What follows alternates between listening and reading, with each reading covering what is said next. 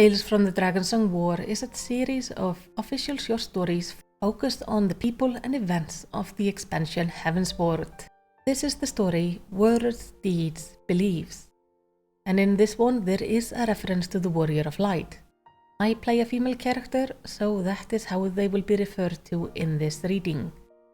When I set out to master the dragoon's jump, it was not to strike fear into the hearts of high-hanging fruit. Alphinaud chuckled as he remembered Estiniens anew. In the days since the dragoon vanished from his sick room, he had found himself with an overabundance of leisure. Catching himself mindlessly tracing the pattern on the ceiling of his room at Fortemps Manor, he closed his eyes and let out a sigh. Another sleepless night. Resigned, he rose from his bed and walked over to the great oak desk. Sinking into the chair, he reached for the leather-bound journal he had begun writing a lifetime ago. When I saw my arrogance and vanity for what it was, then, in the depths of my despair, he spoke to me. Are you content to remain a broken blade? Is there no flame hot enough to reforge you? I have not. A flush crept up his neck as he closed his eyes, and recalled the kind word Lord Horsefant had spoken to him, and the brave face he had put on at the time. Old habits.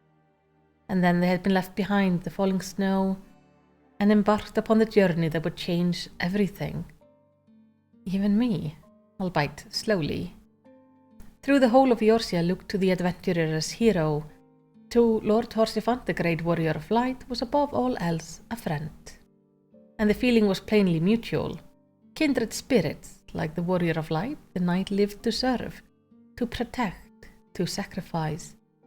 For there is no greater calling. Though he had welcomed them both with open arms, it was only later that Alphinaud came to understand the true depths of the knight's love for his friend and for his nation. How it would save them, how it would save him, too late. Accordingly, in the peaceful interlude following the war's end, he had returned to the memorial atop the cliff overlooking the capital, and there said to the north wind all that he had failed to say before. Opening his eyes, Alphinaud returned his gaze to the journal which lay before him, and began to turn the pages. Instantly his mind was transported back to the time where the four of them, each from different walks of life, had taken to the road on an impossible journey. How lightly you propose the destruction of this god! Has it occurred to you that you may be sending the warrior of light to her death? Estinian words had stung more than a slap to the face. Only his grandfather or LSA could have been so blunt. What would he have said, dear sister, had you been there to hear me? The supposed reformed commander of the Crystal Braves blithely send another in his stead, having so recently resolved to fight his own battles. And still he fought, and still she fought, and if she resented me for it, I would not blame her. Alphinaud had found himself pacing while they waited for Isael and the Warrior of Light to return, triumphant from Lothasgnat.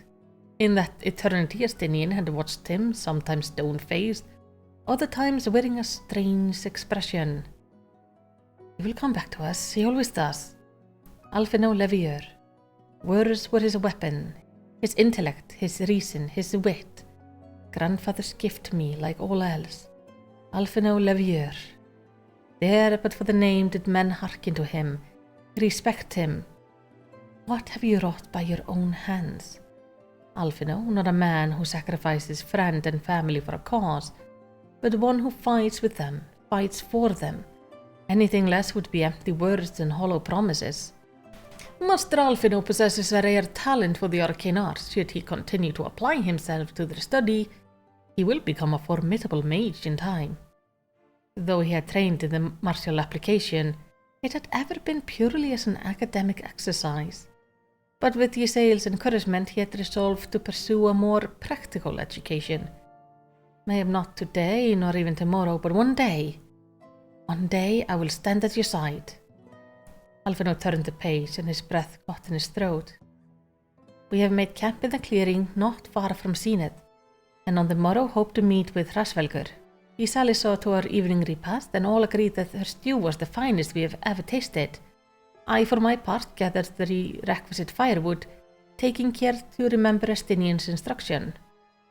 Some part of me still labors to believe that we have come this far, that we have traded with dragons and even a distant tribe of Mughals, and that Estinian did not give the latter a thrashing. Then again, had he tried, the Warrior of Light would inevitably have intervened. Would that I had such strength and courage. Until some few moons ago, I was supremely confident of my own abilities, convinced of my own superiority, only to be shown all too clearly how ignorant and powerless I truly am. I said as much earlier when we were gathered around the fire. In the end, Isali received my confession rather more sympathetically than I had expected. We all of us have guilt of similar ignorance, he told me. What matters then is that we strive to replace our ignorance with knowledge, while remaining true to our conviction. If it only was that easy. A soft rapping drew his eyes from the journal to the doorway, from which a sliver of lamplight slowly whitened. Master Alphinaud? Closing the journal, he rose and turned to acknowledge the former count. It seems I'm not the only restless soul this night, Edmund smiled. Personally, I find a warm cup of herbal tea can work wonders at such times. Would you care to join me in one? I would be honored. As they made their way toward the kitchen, Alphinaud shared some of his thought born of his insomnia with the Lord Edmund, who nodded understandingly. Upon arriving, the nobleman refused the assistance of a sole manservant present, instructing him instead to deliver extra blankets to the Cyan chamber. Lord Edmund had set about heating the water and preparing a mixture Alphinaud did not immediately recognize. When he asked, he explained it was made from the roots of Nemea's lilies. A difficult plant, Alphinaud observed. Lord Edmund smiled faintly and said nothing. They enjoyed their tea in silence. Several times Alphinaud thought to speak but found himself unsure of what to say. And then the cup was empty. I must thank you again for your most generous hospitality, he finally began. Full glad of your company, came the reply with a promptness which took Alphinaud aback. May the fury watch over and keep you safe on your journey. He knows. Gently setting down his cup and the saucer on the table, Lord Edmund met his gaze and smiled. You're a good man, Alphinaud Levier, he said and left. Alone, Alphinaud refilled his cup and took another sip. A bitter draught, wincing he reached once more for the honey, but stopped when the dancing fragment of Nemea lilies root in the tea chanced to catch his eyes. Seated at his desk once more, Alphinaud returned to his journal and the memories contained therein. At the sight of the words falcon nest, he shuddered. That I should live to see the emissary of dragon and man meet, only for the promise of peace between their people to be torn asunder by an avatar of their vengeance. The dragoon's crimson armor was unmistakable, as were the massive, twitching eyes fused to his arm and shoulder. In one fluid motion, Sir Aymeric snatched up the bow, drew and loosed an arrow straight at the heart of his dearest friend. He knew what needed to be done, and did it, and in that instant, I knew that I could not, nor could the Warrior of Light. So we laid hands on the hideous things and pulled with all our might, even as our bodies cried out in agony. And when our arms faltered and our hopes faded, whence came the strength to wrench them free? For those we have lost, for those we can yet save. Where once I craved vengeance, I now crave rest.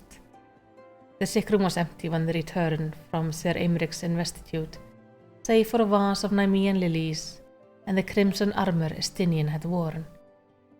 For all of his protestation, he had not the strength to suffer heartfelt thank yous and tearful goodbyes. And so it was that Alphinaud Levier once more failed to say what was in his heart, failed to thank a man who cared not a whit for his name nor his station, a man who treated me harshly but fairly, a true friend and comrade, a brother. In the morning, Alphinaud set forth, journal in hand, on a pilgrimage to retrace his steps throughout the north. Travelling alone, he was waylaid by bandits and beasts on occasion, but he was not the boy he once was, and easily defended himself with now well-practiced magic. After a time, he came once more to the peak of Somnal. And then to Zenith. He remembered the time he first stood before Hasvelgur, how the earth had shaken when he descended from the heavens to weight man's worth. He remembered the great worm's word and everything they had set in motion, the Eyrie, the vault. And so Alphinaud came to Asisla. There at the landing edge he spied a bouquet of Nemean lilies. Estinian. He had no way of knowing, and yet he knew. We four, each from different walks of life, who took the road on an impossible journey. Whatever else we may have been in the beginning, in the end we were friends, and we will meet again. Closing his journal, Alphinaud finished his herbal tea and retired to bed. After taking a moment to stretch, he clasped his hands and rested them on his chest, turning his drowsy eyes heavensward.